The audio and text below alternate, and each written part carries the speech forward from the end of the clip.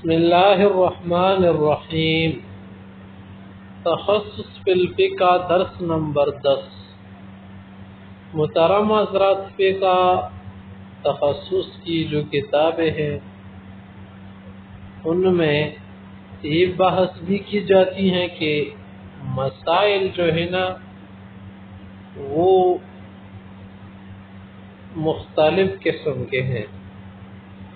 ایک وہ مسائل ہیں جن کو مسائل الاصول کہتے ہیں، اور ایک وہ مسائل ہوتے جن کو نوادر الروایہ کہتے ہیں۔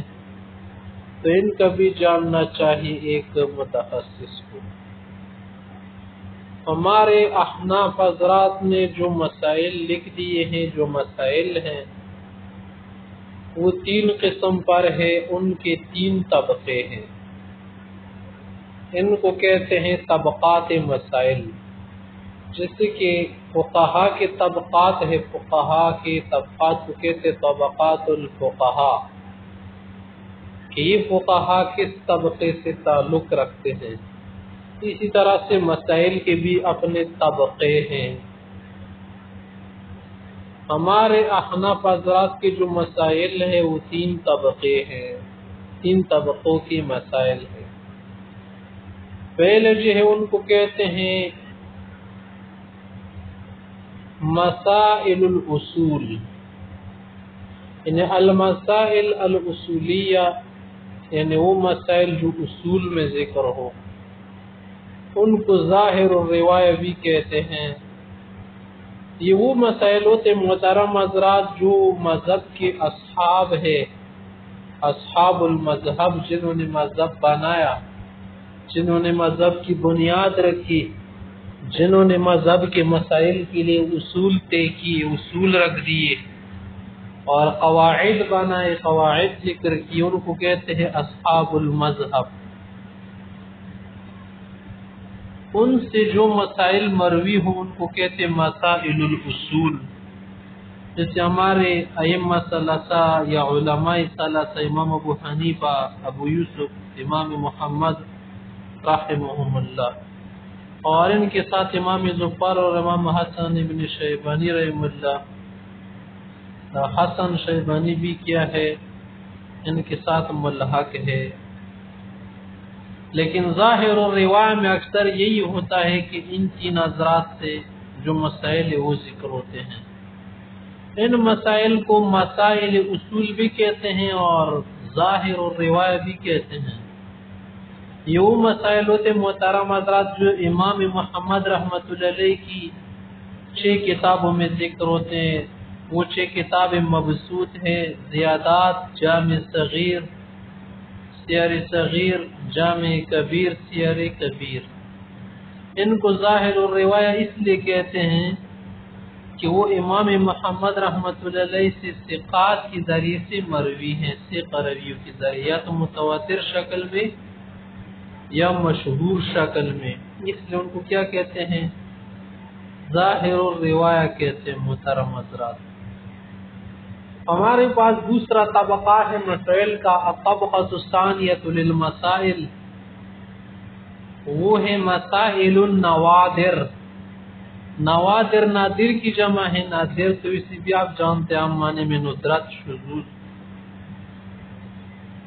یہ وہ مسائل ہوتے محترم حضرات جو اصحاب مذہب سے ذکر ہوتے ہیں، لیکن مذکورہ 6 کتاب میں صحاح 6 میں نہیں ہوتے، بلکہ امام محمد رحمۃ اللہ علیہ کی دیگر کتابوں میں ہوتے، جیسے کہ امام صاحب کی اور کتابیں بھی ہے، کیسانیات،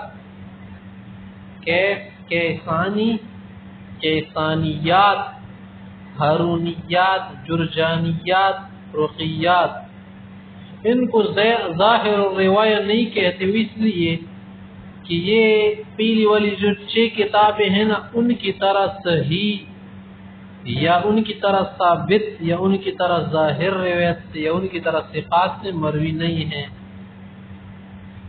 اسی طرح سے امام محمد رحمۃ اللہ علیہ کی دیگر کتابوں میں جیسے کتاب المجرد نام ہے، حسن ابن زیاد کی ہیں وغیرہ، یا اسی طرح سے امام ابو یوسف رحمۃ اللہ علیہ کی کتب الاعمال جو ہے ان میں وہ مسائل ذکر ہوتے ہیں۔ امالی جو ہے املا کی جمع ہے.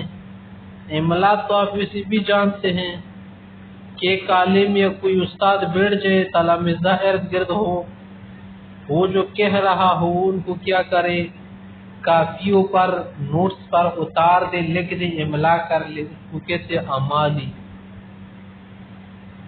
وہ جو ہے جو بات یاد ہو بس اسی کو لکھ لیتا ہے، بول دیتا ہے، اس کو کہتے امالی. تو اس سے کتاب بن جاتی، اس کو آپ امالی بھی کہہ سکتے ہیں، املا بھی کہہ سکتے ہیں.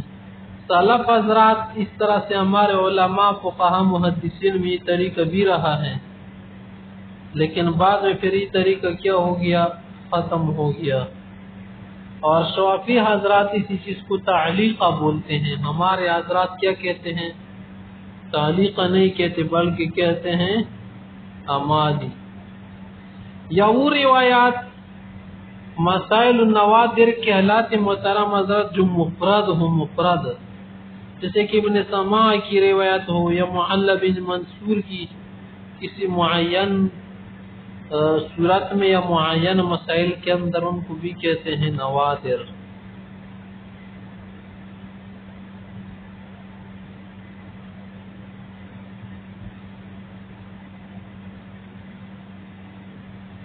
تو محترم حضرات یہ جو تھے نا مسائل کی کیا تھی، طبقات تھے، طبقات.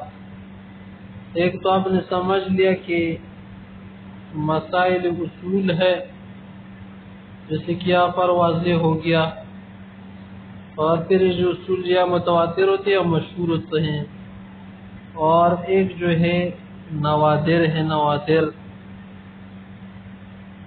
اور اس کے علاوہ دیگر جو مفرد روایت کے مسائل ہوتے ہیں.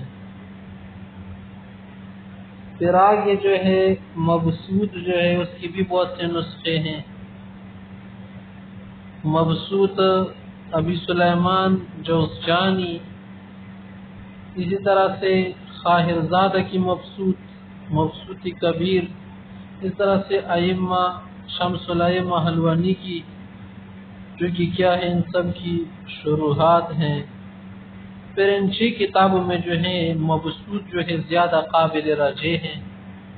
علماء حضرات جو ہیں مسائل کو جو ہے اسی کتاب سے لیتے ہیں، کیونکہ یہ مسائل جو ہے اکثر اس میں جو ذکر ہے وہ مسائل ظاہر و روایہ ہیں.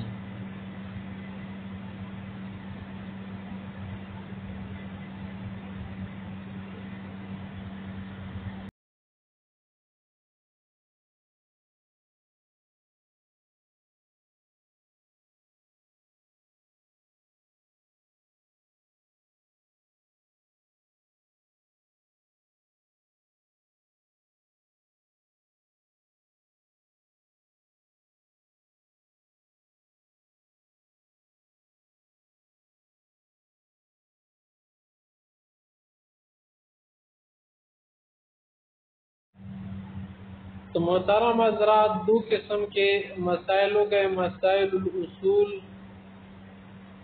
یا ظاہر الروایہ، نمبر 2 مسائل النوادر، نمبر 3 ہے مسائل النوازل. نوازل نازل کی جمع ہے، نزلہ ینزلو، نازل ہونا، اترنا، پیش ہو جانا. نوازل سے مراد حوادث، نئے مسائل جو روز بروز زندگی میں روزمرہ ہم کو پیش آتے رہتے ہیں، ان کو کہتے نوازل. اور یہ قیامت تک جو ہے پیش آئیں گے، اور علماء حضرات دلائل سے ان کو کیا کریں گے، پیش کریں گے. تو علماء حضرات نے، مشائخ نے دلائل کے ذریعے سے جو مسائل تخریج کیے ہیں ماقبل کی کتابوں کو دیکھ کر، ان کی اصول و ضوابط کو دیکھ کر، ان کو نوازل کہتے ہیں. محترم حضرات نوازل جو ہے سے مسائل ہوتے جو ضروری نہیں ہے کہ جب پیش ہو جائے تب مفتی حضرات یا علماء اس کو لے کے دیتے ہیں. یہ جو فرضی صورتیں ہیں، فرضی مسائل جو علماء نے پیش کیے ہیں دلائل کے ذریعے سے، کہ سبھی اگر پیش ہو جائے تو اس کا حکم یہ ہوگا، اگر اس طرح سے مسئلہ پیش ہو جائے تو اس کا حکم یوں ہوگا. اگر اس طرح سے پیش ہو جائے تو یوں ہوگا. تو ان کو نوازل کہتے جو کہ بہت سے مسائل ہیں ہمارے علماء حضرات نے تخریج کیے ہیں، نکالے ہیں، اجتہاد استخراج کے ذریعے سے بہت سے مسائل ہیں. کسی کو کسی بھی طرح کا مسئلہ درپیش ہونا ماشاءاللہ تو کتابوں میں وہ پایا جاتا ہے، اس کا حکم مذکور ہوتا ہے.